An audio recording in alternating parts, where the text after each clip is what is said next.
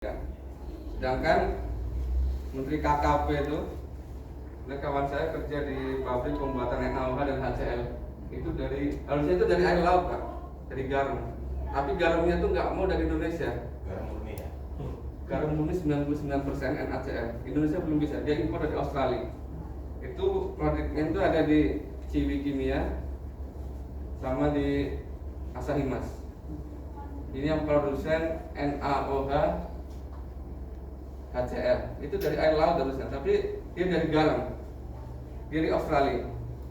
Dan saya ini sudah tahu murnikannya sudah tahu ya, teknologi sudah tahu, tinggal saya teknologi pemurniannya.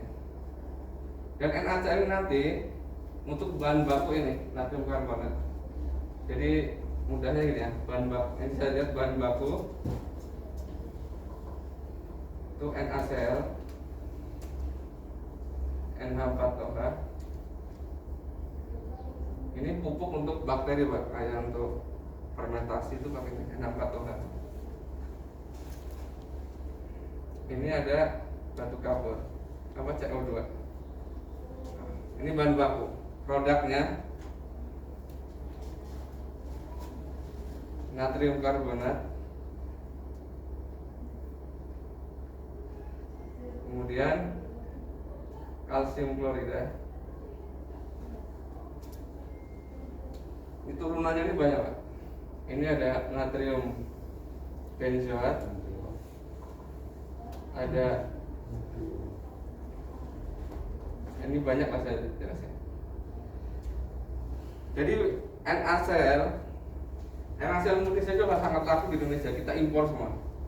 Ini bukan garam dapur, NaCl murni di lab saya beli itu sangat mahal Pak, hampir 30 ribuan sekilonya, hampir sama dengan natrium karbonat, baking soda. Tapi ini yang murni loh. Ini kalau kita jadi bahan kimia itu ada tiga Pak, ada tiga kategori. Ini ada bahan kimia teknis yang dijual di pasaran, itu kemudian rendah, ya kan? Ada bahan kimia analis, itu yang untuk di lab. Kalau kita bisa murniin saja kayak Jerman nih, Sigma Alif, bahan kimia yang di sebungkusin aja bisa 500 ribu kan? Ya kan, ada 6 juta saya beli vanadium sulfat, 6 juta sih 100 gram. Itu kan ada murninya 99,9% Pak. Kalau kita bikin paling 80%. Sama aja kalau kita di natrium karbonat yang kita bikin, kalau kemudian 70%, itu ya 15.000 sekilo. Kalau kita murnin lagi 97%, food grade bisa untuk makanan, ya kan? Itu bisa 30.000 sekilo. Kalau yang kita bikin paling teknis ya, itu bisa paling untuk ini apa? Industri paling untuk apa? Deterjen, antiseptik itu bisa lah, tapi untuk food grade harus dimurnin dulu NaCl-nya. Tapi kita nggak usah bahas dari NaCl murni kita. Insya Allah itu teknologinya udah kita punya gitu. Kuncinya di NaCl murni aja bener ya. Kalau air laut langsung ya jadinya teknis. Harus dimurnin dulu air lautnya, diindapin pemotornya air lautnya itu tinggal NaCl baru diproses. Kemudian natrium benzoat. Jadi bahan baku garam tambah amonia. Amoniak ini di Lampung ada namanya pabrik Godensari. Di NH3, amoniak gas NH3 tambah air, jadi NH4OH. Ini dulu yang ngambil pabrik Miwan Pak, pabrik micin, untuk ngasih makan bakteri. Baunya pesing nih airnya, 20%. Ini dia Godensari udah kelebihan produksi Pak, ada 2 tangki besar, dia nggak bisa jual. Makanya saya buat natrium karbonat itu pakai amoniak cair. Orang biasanya bikin pakai gas NH3. NH3 ini adanya di pabrik pupuk urea di Sriwijaya, Cikampek, apa di Palembang, Cikampek sama di Gresik. Ya kan? Gas NH3 mahal. Tapi kalau kita cair, makanya kita ngambil buat natrium karbonat beda dengan yang ada jualan sendiri, dia pakai gas, kita pakai yang cair Pak. Karena kita udah murah belinya Pak di Godensari itu lah. Kalau kita bisa nego Kemudian natrium sodium karbonat ini kan dia baking soda ya. Baking soda ini punya sifat anti jamur, anti fungus. Jadi untuk bersihin muka, bisa untuk membuat apa?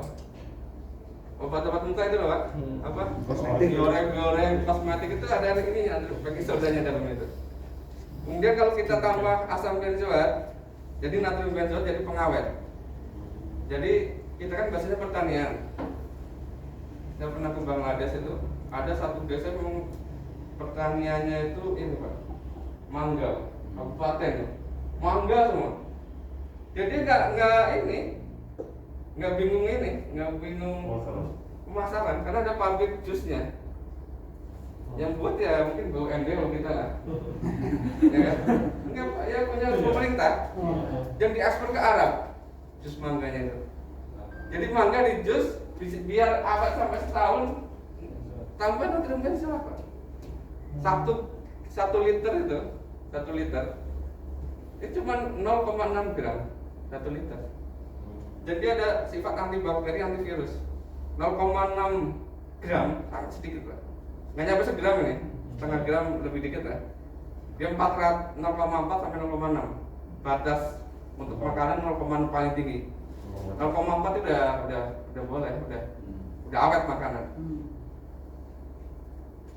Jadi kita nggak usah bingung Pak, punya jus apa, mangga, jeruk, apalagi itu cabai buat sambal, saus itu tambahin ini aja 0,4 gram, 0,5 gram. Udah awet, setahun kita bungkus dia jual. Ya kan? Kita nggak usah bingung-bingung. Cabai, tomat semua itu. Anda juga berarti Pak Dir, apa rumah tangga campurin itu awet.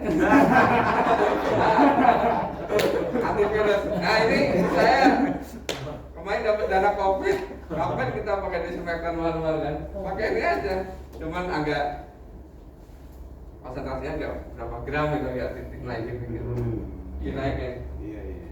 Nah kalau peternakan ayam itu bisa kita celupin kaki itu kan ya, apa? Sepatu kan biar nggak kena disinfektan. Kalau di Malaysia kan ada peternakan udah otomatis Pak. Kalau masuk dicelupin dulu Pak. Sepatu bootnya itu natrium benzoat tapi kadarnya nggak tinggi, nggak kayak apa, paling kasih 2 gram 3 gram. Dan ini impor semua, ini sampai 80.000 ton per tahun. Ini potensi laut ini Pak.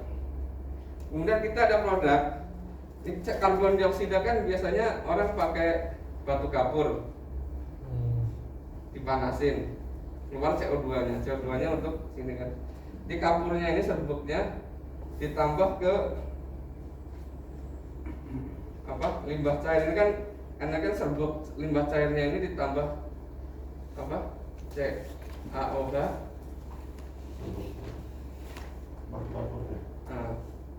CaOH tambah NH4Cl, jadi ini CaCl2 plus NH3 plus H2. Jadi kalau batu kapur tambah NaCl, limbah cair dari natrium karbonat, ditaburi serbuk batu kapur aja, jadi CaCl2. CaCl2 ini ya banyak banget fungsinya, nggak usah khawatir nggak laku. Kalau di luar negeri itu untuk ini apa, nyairin es, ya kan? Tapi anehnya di Indonesia itu banyak yang impor Pak, CaCl2 saya lihat dari statistik. Kalau literatur cuma untuk nyairin es, untuk pemutih apa ini. Tapi kok Indonesia banyak yang impor tuh. Dan saya masih tanya, ini impornya pabrik apa yang pakai? Tapi laku itu loh. Mungkin untuk pabrik-pabrik kosmetik atau pabrik apa, pupuk atau apa nggak tahu ya. Tapi CaCl2 impor banyak Indonesia. Saya masih bingung ini kegunaan apa lagi nih kan, kalau di literatur cuma yang saya tahu loh. Jadi nggak usah khawatir nggak laku lah CaCl2. Ini kan produknya natrium karbonat, CaCl2 kan. Dan saya ini ada yang apa, sampah 5 hektar itu saya ingat kawan saya namanya Pak Samsiro, Dr. Samsiro, dia membantu rektor mau jadi wakil di Janabadra Yogyakarta. Dia penelitian mengenai listrik dari sampah. Ada dari Indonesia wakilnya itu salah satunya dia. Dia S3-nya itu dia mau di Malaysia ditinggalin. yang ambil S3 beasiswa yang didanai dari ini kerjasama. Jadi tempat sampah di Jogja itu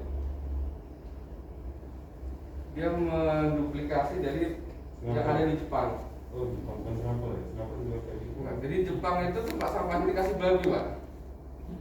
Untuk makannya sampah organik, sisa-sisa sama makanan, makannya makan. Kemudian Kotoran babi. apa namanya, babinya ini udah makan itu, jadi tinggal sampah plastik segala macam, tinggal dibakar di memakai listrik. Jadi pembakarannya lebih efisien. Ya kan? Jadi kalau langsung dimasukin dibakar ya ini nggak nyala-nyala kan, banyak kotoran nasi gitu. Kalau di Jogja bukan babi, Pak, sapi. Jadi itu penggemukan sapi. Sapi-sapi itu dia, sapi kan dia nggak mungkin makan plastik. Nanti dia makan yang organik aja deh, yang apa, sampah apa, sayuran-sayuran busuk dimakan.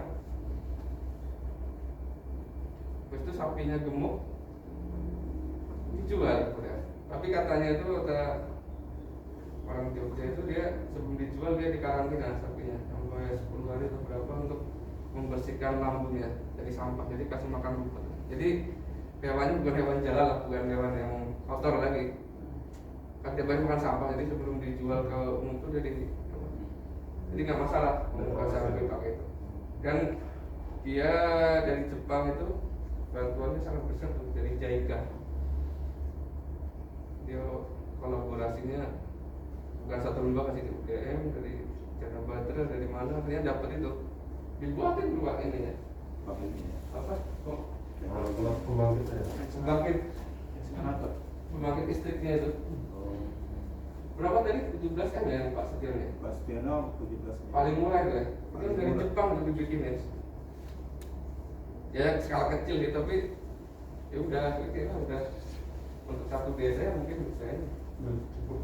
Oke, kita mungkin yang 17 itu mungkin itu dari Jepang itu, sama sapi-sapinya Pak dibeli tuh. Sapi-sapi kecil-kecil lah. Dapat bantuan. Jadi mungkin saya target saya mau bikin ini sama ke Jepang nih sama aja kita. Semoga aja dapat lah. Sangat besar Pak. Bisa 50 M bisa dapat ya. Jepang itu kalau udah ngasih, yang penting proposalnya datanya lengkap, bahasa Inggrisnya bagus. Apa lembaga-lembaganya kita lipi kan lembaga ini juga kan. Dan lipi mungkin kita gandeng Unila, Pak Itera. Ada apa dari Sawaran, BUMD udah. Kalau udah kalau untuk proposalnya udah kuat Pak. Iya. Tinggal rezekinya. Kalau ininya soalnya Jepang lagi resesi juga dihantam corona, jadi yang penting kita cari proposalnya dulu lah.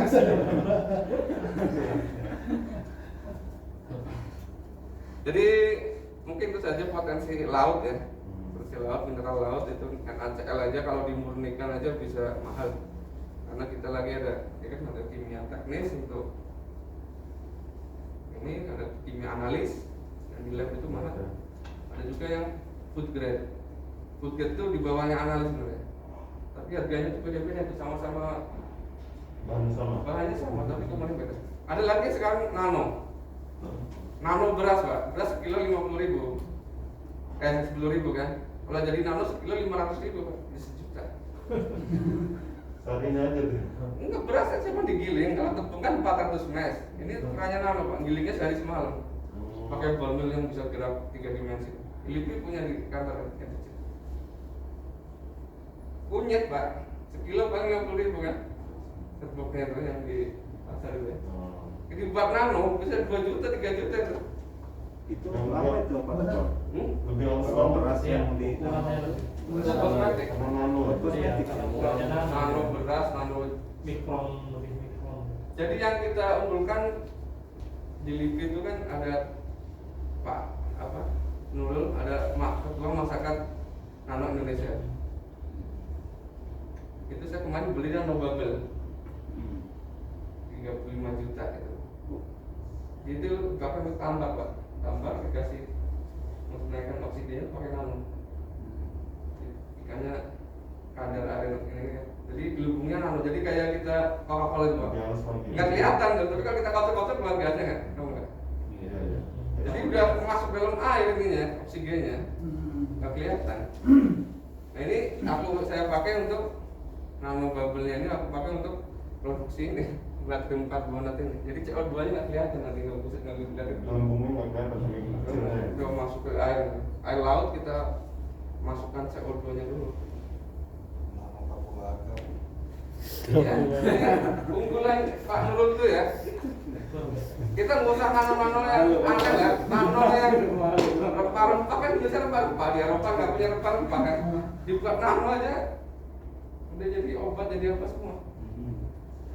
Kalau kita buat nano yang terus kita punya jagung dibuat nano dibuat kecil itu, udah mahal.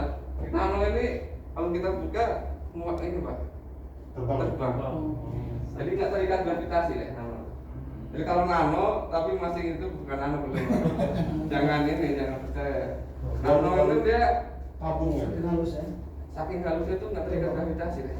Kayak kalau kita ini cahaya itu ya. Iya, kalau matahari kadang Kelihatan. gitu ya. Sampai segitu Pak. Emas itu ya kuning, buat nano itu jadi merah. Warnanya.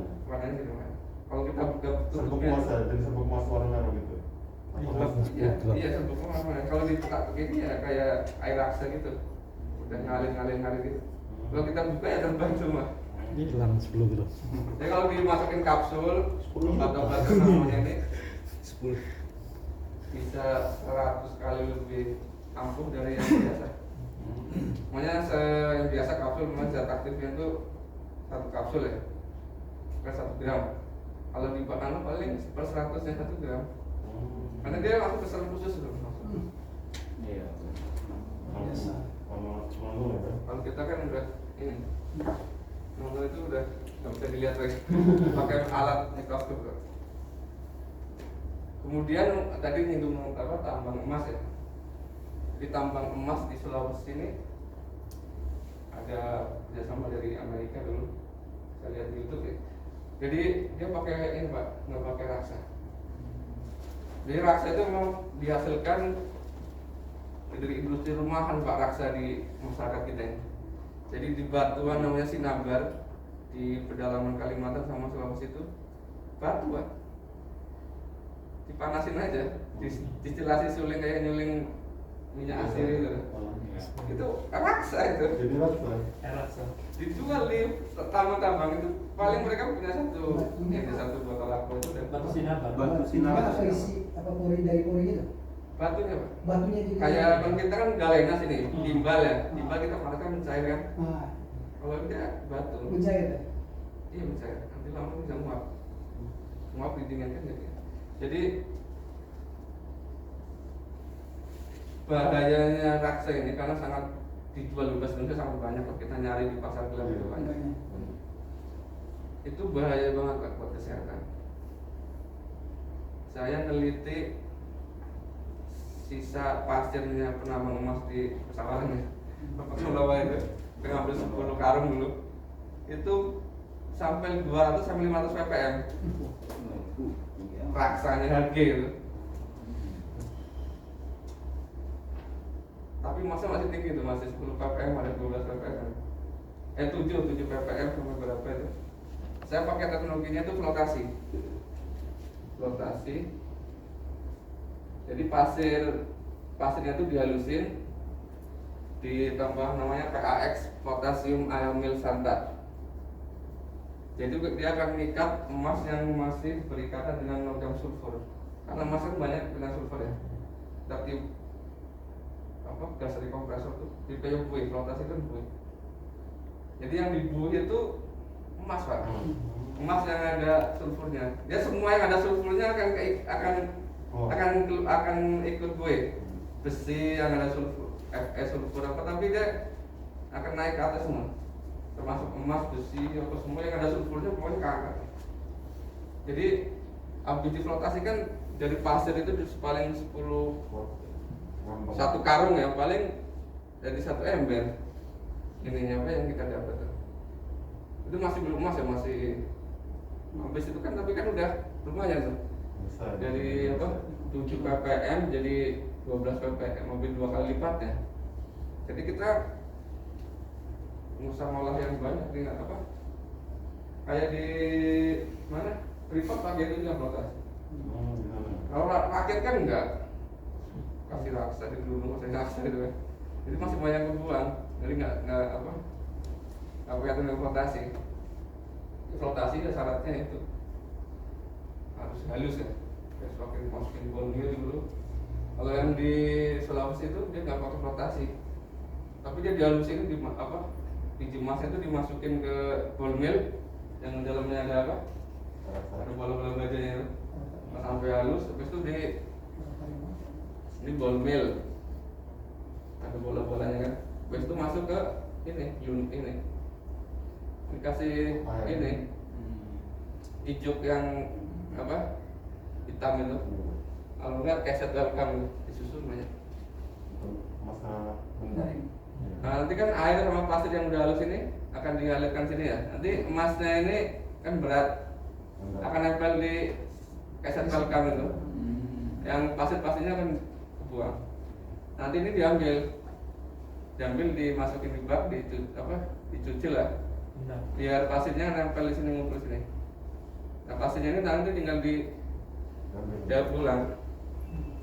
Tapi kan masih pasir ya, emasnya masih campur pasir juga yang didulang itu. Nanti ditambah borak atau garam borak lah, garam borak itu buat kerupuk tuh, pengawet makanan. Itu tinggal dibakar. Makan pakai las aja, mangkal las ya gitu mas. Pasir-pasirnya udah bisa semua di logam mas. Kalau pakai raksa nggak bisa pakai las pak. Asap raksanya keisap mati kita. Dia harus pakai cerobong di rumah-rumahnya kan. Kalau ada penambangnya punya cerobong sendiri deh. Kalau dibakar dia akan nguap. Kalau ini langsung pakai ini mejanya berani. Kalau yang penambang raksa itu ngumpet pak. Dia punya rumah ini cerobong asap sendiri pasti. Pernah lihat nggak di? Jadi mungkin nanti modal aja pak, kalau kita dapat gitu kan. Kalau teknologi kita nggak punya, yang penting ada modalnya aja. Ya kalau punya modal saya bikin sendiri betul ya. Cuma karena nggak ada modal aja. Kalau orang geologi apa semua itu, kalau dia belum punya modal aja pak, masih keluyuran yang dari batu. Kalau udah punya modal, beli sendiri tambang itu. Kalau saya yang diantam tuh orang punya tambang pak. Orang yang dakwah itu Dr. Bronton S3-nya Tasmania. Dia ketua masyarakat geologi Indonesia 2 periode. Sekarang dia di Antam punya tambang emas di Medan. Dia survei yang dilaporkan ke perusahaan paling 3 titik, yang 1 titik dibeli kan sama masyarakatnya murah dia beli. Ya kayak gitu karena dia kalau punya duit bikin sendiri. Tapi kalau masalah teknologi usah khawatir, asal jangan modal aja. Modal juga kita nyari itu susah. Tapi kalau untuk proposal apa semua, untuk alat-alat yang kecil lah, kita bisa usahakan. Tapi skala ini ya skala belum produksi. Ya ada pertanyaan pak? Ada pak, tanya dikit pak. Ini mengenai masalah air raksa. Ini kan beberapa bulan kan saya juga banyak turun ke tambang-tambang emas. Mereka bicara tentang air raksa dengan cyanida. Kalau cyanida semua mengakui bahwa berbahaya. Artinya penguapan cyanida. Satu contoh, kata mereka model sekarang ini kan mereka bikin seperti bak kolam. Kemudian tanah itu dimasukkan ke dalam kolam, yang di bawahnya dilapisin plastik, kemudian direndam cyanida ya, sehingga butiran-butiran emas itu ikut air cyanida dan disedot ke mesin. Jadi butiran emas itu sudah ikut di air cyanida yang ikut di mesin tadi. Dan kemudian akibatnya juga dengan adanya penguapan cyanida, burung apapun yang terbang di atas kolam itu pasti jatuh, artinya pasti mati. Artinya memang mereka akui bahwa bahayanya luar biasa. Tapi bicara lagi tentang air raksa, mereka nggak ngakuin kalau itu berbahaya bagi tubuh. Bahkan mereka tantang, saya ini pak, dari umur 5 tahun udah ikut nambang bapak saya, pakai air raksa. Bahkan saya pernah nelen air raksa saya minum. Ini sampai sekarang nggak ada masalah. Makanya mereka hampir sebagian besar penambang yang menggunakan air raksa itu nggak mengakui kalau air raksa ini berbahaya bagi tubuh, karena mereka merasa selama puluhan tahun menambang itu nggak ada masalah dengan kesehatan mereka. Nah ini penjelasannya gimana? Kok pro kontra antara pemerintah bicara bahwa ini berbahaya, sementara di penambang justru mereka bilang nggak ada bahaya. Itu kalau ketawa ketangkap ada penambang. Iya, kalau iya. Ya, jadi Nah, artinya ini ya. kesehatannya itu gimana itu? Ada cyanida ya, Iya. ada raksa Hg. Iya. Ya, raksa ini logam berat Pak. Iya. Ini menyerangnya itu di DNA Pak, masuknya ke DNA. Jadi tiap hari itu kalau 10 ppm tiap hari itu nanti anak-anaknya cacat turunannya. Tapi itu nggak terjadi kata mereka. Jadi mereka bantah, jadi bingung gitu. Ya karena dia Ternyata rumahnya apa? di gunung Pak, rumahnya di gunung, ada yang ngalir ke bawah. Airnya itu airnya ketolong karena airnya itu ngalir. Yang kasnya itu bukan yang di bawahnya gitu loh. Kalau airnya apa ngendep di sawah, itu ada sawah itu bahaya. Mereka nggak punya sawah kan? Ya kalau cyanida memang iya, dari LKCLSB kan kemarin saya juga melek. Karena saya temukan kan ada 3 kali kejadian yang diakibatkan dari LKCLSB ini. Iya. 2010 150-an orang masuk rumah sakit karena konsumsi air air sungai tersebut yang tercemar cyanida, karena ikan banyak mati sehingga mereka pungut kan, mereka konsumsi, mereka keracunan. Itu tahun 2010. 2014 terjadi keracunan kedua lagi Pak, itu 200 lebih orang keracunan lagi dengan hal yang sama. Jadi konsumsi ikan yang masih di sungai itu mereka konsumsi rame-rame 204. Bahkan salah satu itu di diagnosis dokter, divonis bahwa mandul sumur itu, dan memang betul mandul sampai sekarang. Ya jadi ini Pak. Nah di 2019 kemarin terjadi yang ketiga Pak. Artinya ikan mati semua. Ikan mati semua, tapi mereka udah tahu nggak mau makan. Tapi yang diakibatkan ke tubuh ini kan koreng semua Pak. Jadi mereka penuh koreng, ya, yang namanya yang namanya keturunan, maaf ngomong orang dari mana, ya saya kan senang dikali. Nah jadi dipakai buang air segala macam. Jadi satu kampung itu korengan semua pantatnya. Nah kita sudah lab kemarin dan hasilnya memang kandungan air sungai itu mengandung cyanida. Nah jadi di Desa Harapan Jaya di bawah LKCLSB ini kalau kita main ke sana Pak, ini air melimpah ruah Pak. Jadi pasti kita berpikir ke sana kalau kita masuk pasti tanam ikan, gitu loh. Ya karena airnya nggak putus-putus, tapi di sana satu pun nggak ada yang tanam ikan, karena percuma gitu loh, takutnya. Nah jeleknya penyakitnya di sana itu kan nakalnya dari PT LKCLSB ini Pak. Jadi rupanya sistem mereka itu kan begini, mereka nggak ada pengolahan limbah di atas karena saya udah masuk dengan apa lingkungan itu.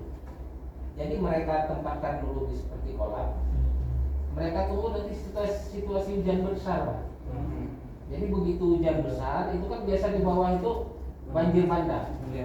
Nah begitu banjir bandang itulah dibuang cyanida itu berbarengan dengan banjir itu. Jadi tidak terdeteksi adanya ini. Nah yang 3 kali kejadian 2010, 14, 19 kemarin itu mereka salah perkiraan. Jadi mereka buang cyanida itu perkiraan banjir, nggak jadi banjir. Nah itulah yang masuk sungai itu 3 kali kejadian. Nah itu yang sampai sekarang ini masih terjadi tuh Pak. Gitu, itu di Harapan Jaya. Jadi kalau kita turun ke sana, perusahaan besar aja memang masih pakai raksa ya, HG ada cyanida itu. CN. Kalau cyanida memang udah enggak, tapi HG sendiri ini kan udah masih banyak makanya. iya masih. Tapi ini berbahaya juga Pak. Kalau dilakukan nggak boleh karena dia harus ada izinnya. Iya. Nah tapi Jadi potnya masih yang repot di bawah ini itu nggak diakui, merusak tubuh bagi mereka. Gitu. Jangan sama kalau orang jebus itu Artinya buntu bingung, aja. iya kan? Kayak cyanida. Karena itu kan biasanya gini Pak, sifat Pak, Iya. sifat. Kalau Kalau kita HG, buntu orang HG ini kan logam berat Pak. Iya Bang. Kan dia logam, Iya. walaupun dia cair gitu loh. Iya. Logam. Air raksa ini. Tapi kalau cyanid itu dia bisa sifatnya gas, bisa larutan. Dia bisa Nah, menyerap. ketika dia terkontaminasi oleh manusia, efeknya lebih cepat. Kayak Iya. cyanida itu. mungkin gas cyanidnya Iya. atau dia Iya. cyanidnya sendiri gitu loh. Iya. Kayak di singkong kan banyak cyanid juga. Nah, ketika dia terkontaminasi oleh tubuh manusia, itu kan lebih cepat Iya. reaksinya Iya. dibandingkan dengan Iya. logam Hg gitu. Iya. Nah, jadi itu kenapa dia CN itu mungkin 6 bulan langsung meninggal atau segala Iya. macam meninggal Iya. gitu. Dibandingkan dengan Hg yang walaupun dia tiap hari Iya, pakai Hg. penting, ya. Nah itu Efeknya. ininya akibatnya itu lebih lama kalau Hg Iya. dia gitu loh, Pak. Nah, mungkin itu biasanya karena cyanid ini kan memang sifat racunnya itu lebih ganas dibandingkan sifat racun. Kalau Hg memang racun, tapi dia kan logam berat gitu loh. Tapi dia lambat gitu loh. Apa dia efeknya kayak ini? Dan ini sangat mudah didapat di Indonesia. Iya. Karena kawan-kawan yang produksi itu di Kalimantan di mana itu, Mesir itu produksinya buat sendiri Pak cyanidnya. Apa cyanidnya? Apa bagiannya? Rasanya. Ribut. Ada pertanyaan lagi nggak? Saya itu memang tadi seperti yang diceritakan Pak Brian, itulah kondisi kita Pak. Iya. Jadi memang ya dari pelaku besar ini yang bawa dulu saya sebenarnya. Ya kan nggak bisa langsung menetralisir itu sebelum kita ada pembanding. Iya. Problem kita ini nggak ada pembandingnya gitu. Jadi problem masyarakat itu tadi mau instan aja, walaupun salah yakin aja Iya. buat itu suatu kebenaran, walaupun secara ilmu salah. Nah, tapi inilah perlunya BNPB maksudnya. Kita akan coba develop yang teknologi metode yang benar-benar sehat, aman. Nah, itu yang akan kita yakinkan. Karena kalau sebelum ada ini memang agak sulit Bang.